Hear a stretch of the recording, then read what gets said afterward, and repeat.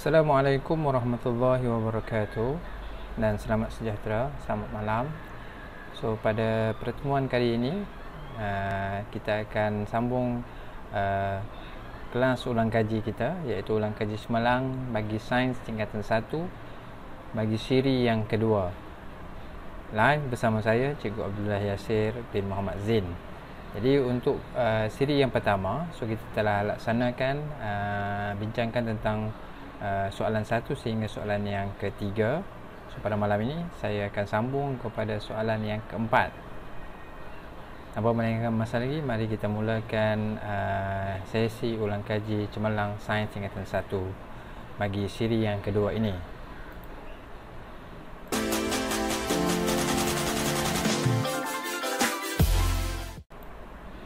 Bagi soalan nombor 4A, so takrifkan ketupatan.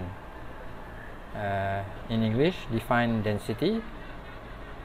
Soalan ini adalah soalan yang direct ataupun soalan yang terus. So kita akan beri definisi terus daripada apa yang kita belajar, iaitu jisim ketupatan ialah jisim per unit isi padu sesuatu bahan.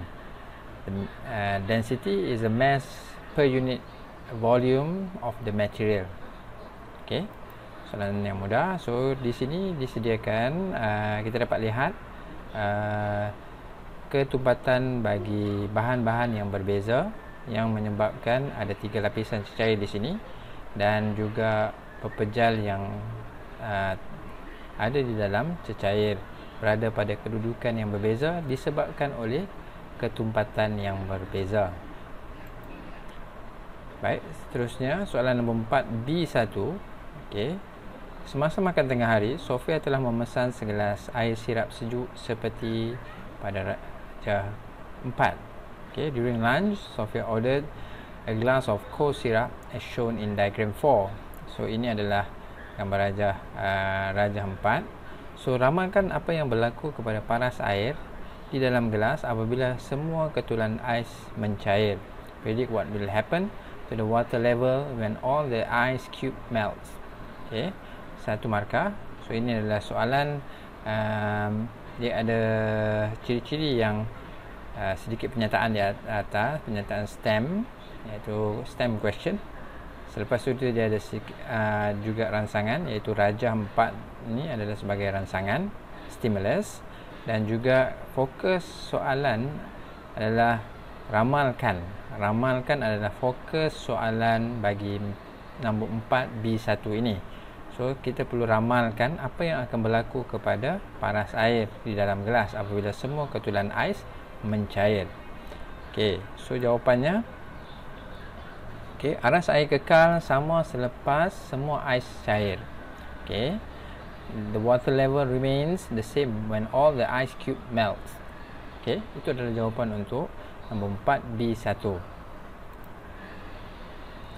Okay, the melting floating ice does not rise sea level.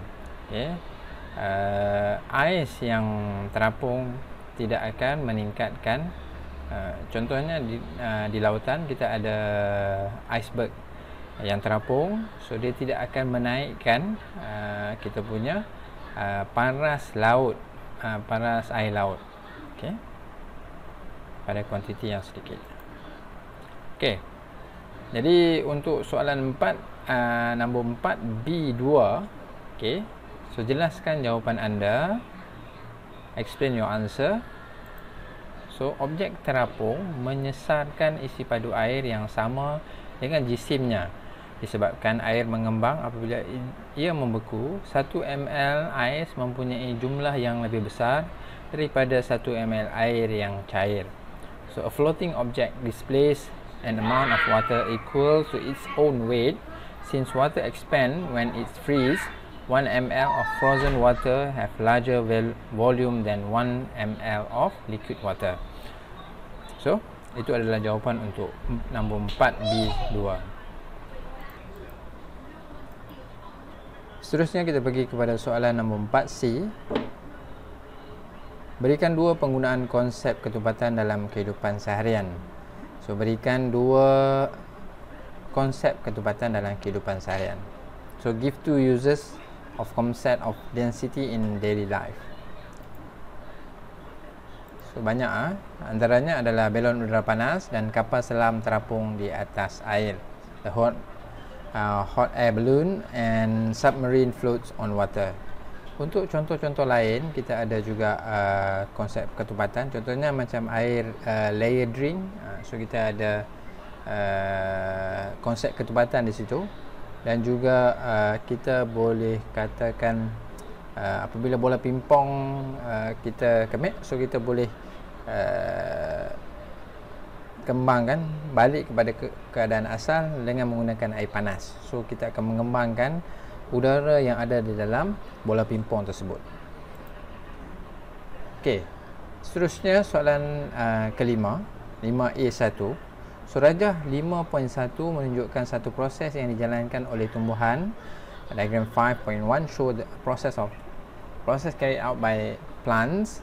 So ini adalah rangsangan stimulus iaitu rajah 5.1, iaitu karbon dioksida, cahaya, air. Okey, berdasarkan rajah 5.1, terangkan proses yang sedang berlaku. Berdasarkan based on diagram 5.1, explain the process that taking place. Okay, so ini adalah proses kita panggil proses fotosintesis, iaitu proses fotosintesis dia akan melibatkan cahaya matahari, juga air dan karbon dioksida. So hasil daripada keperluan dan juga klorofil ini bertindak sebagai ejen perangkap kepada tenaga cahaya yang datang daripada cahaya matahari. So produk yang terhasil adalah glukosa yang mana ditukarkan kepada kanji, dan juga satu lagi produk adalah oksigen. So hasil tindak balas perkataan bagi proses fotosintesis adalah karbon dioksida tambah air dengan adanya cahaya matahari, okey, tenaga cahaya matahari yang diperangkap oleh klorofil yang ada pada tumbuhan menghasilkan glukosa dan juga oksigen. Okey. So jawapannya adalah proses yang berlaku ialah proses fotosintesis di mana tumbuhan hijau menghasilkan makanan dan oksigen dengan menggunakan karbon dioksida dan air. Okay, the process occur is photosynthesis, where the green plants make its own food and produce oxygen by using water and carbon dioxide. Okay. Soalan 5A2, namakan hasil bagi proses 5A1 tadi. So ini adalah hasilnya, produknya adalah yang saya maklumkan tadi, iaitu glukosa, iaitu gula ringkas, dan juga oksigen. So gas, oksigen dan juga glukosa, oksigen and glucose. Okey, seterusnya soalan 5B1, rajah 5.2 menunjukkan satu pokok hiasan yang diletakkan di tepi tingkap. Okey, diagram 5.2 show the ornamental plant that is placed beside a window. Okay, the stimulus. Okay, 5.2 picture diagram 5.2, and soalannya adalah hakim mendapati pokok itu tumbuh ke arah tingkap. So dia punya fokus adalah terangkan mengapa. So explain why. Kenapa pokok ini dia tumbuh ke arah tingkap.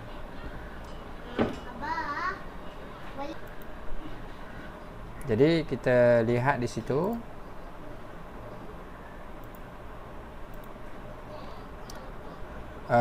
Phototropism adalah satu tindak balas tumbuhan terhadap rangsangan cahaya. So phototropism ni dia akan pergi ke arah cahaya. So bahagian yang terlibat adalah bahagian pucuk.